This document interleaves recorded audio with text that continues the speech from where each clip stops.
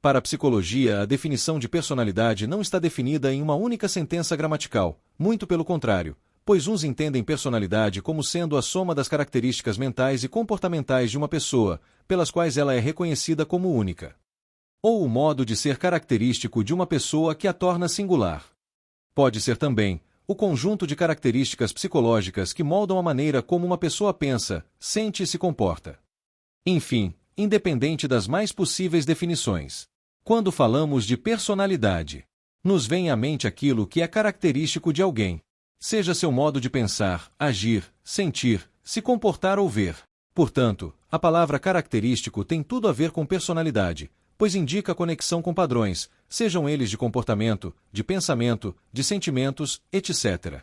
Esse jeito característico particular de ser, que todo indivíduo expressa, busca definir especificamente quem somos, ao mesmo tempo em que nos diferencia fisicamente uns dos outros. Nisso compreendemos que característica e individualidade expressam personalidade. Agora que entendemos um pouco sobre o que é personalidade, ou seja, aquilo que é característico de alguém, vamos entender um pouco o que seria então personalidade múltipla, personalidade psíquica ou simplesmente persona. Personalidade múltipla. Como o próprio termo sugere, é algo de indicação variada, diversificada, numerosa. Portanto, personalidade múltipla é uma personalidade diversa. Mas diversa de quem? Da própria pessoa.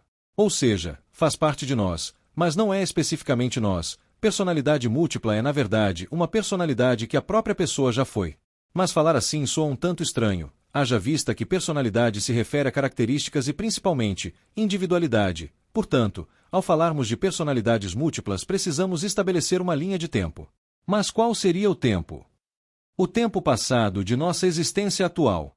Um tempo relacionado ao espírito, pois personalidade múltipla está mais para o espírito do que para nós, personalidade física.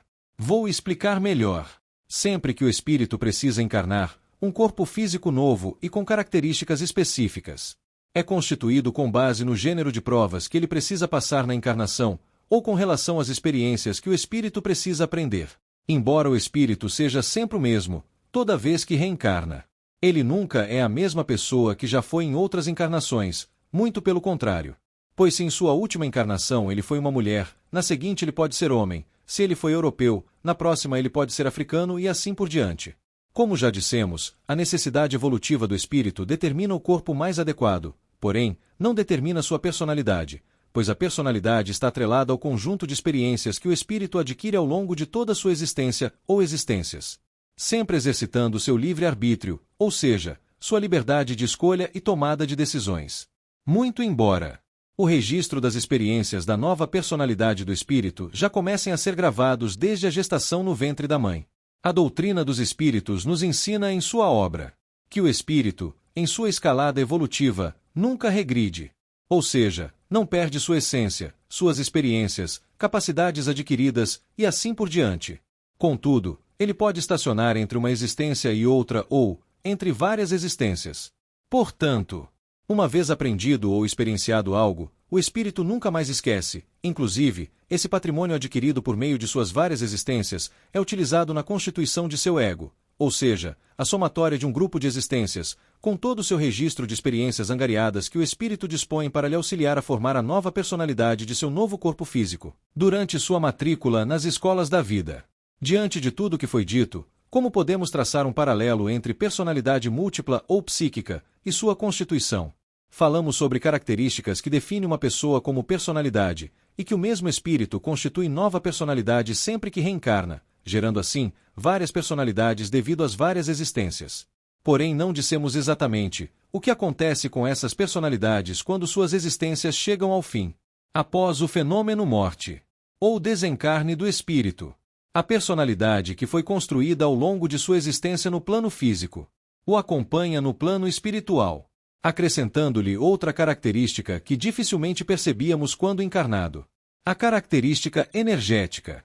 Essa personalidade, agora vivendo no plano espiritual como espírito desencarnado, vinculado ao seu, abre aspas, antigo novo corpo fluídico chamado perispírito, continua sua existência com todas as características que possuía quando encarnada, porém, mesmo desprendido da matéria física, o espírito ainda se mantém atrelado ao jugo das mesmas leis morais a qual estava submetido no corpo físico. Mesmo sendo fluídico, mantém a personalidade e a forma humana do espírito, devido à propriedade modeladora organizadora biológica que este corpo, pertencente ao agregado perispiritual, proporciona.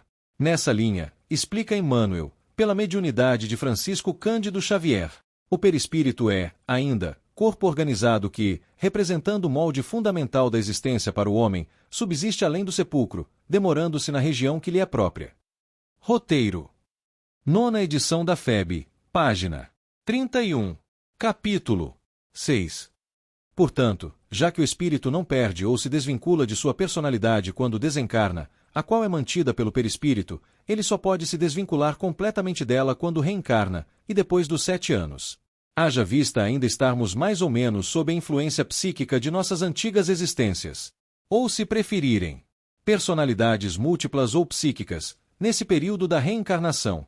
E quem nos assegura tal verdade é o próprio Evangelho segundo o Espiritismo no capítulo 14, item 9, que diz: desde o berço, a criança manifesta os instintos bons ou maus que traz da sua existência anterior.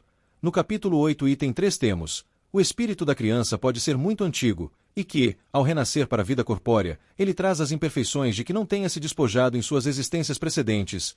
E, capítulo 12, item 5. Assim como a criança se corrige dos seus defeitos, o homem mau um dia reconhecerá seus erros e se tornará bom. E em Missionários da Luz, capítulo 13, Reencarnação, obra ditada pelo espírito André Luiz e psicografia de Francisco Cândido Xavier, compreendemos o fechamento do ciclo da reencarnação por volta dos 7 anos de idade. No tocante à perda da personalidade antiga, é mero trocadilho, pois a antiga personalidade vira patrimônio do espírito como registro ou arquivo de experiência, armazenados nos corpos sutis do perispírito, e muito embora o espírito disponha de um corpo e personalidade nova ao reencarnar, sua antiga personalidade denominada de múltipla, irá se juntar às demais personalidades antigas, para compor sua personalidade atual.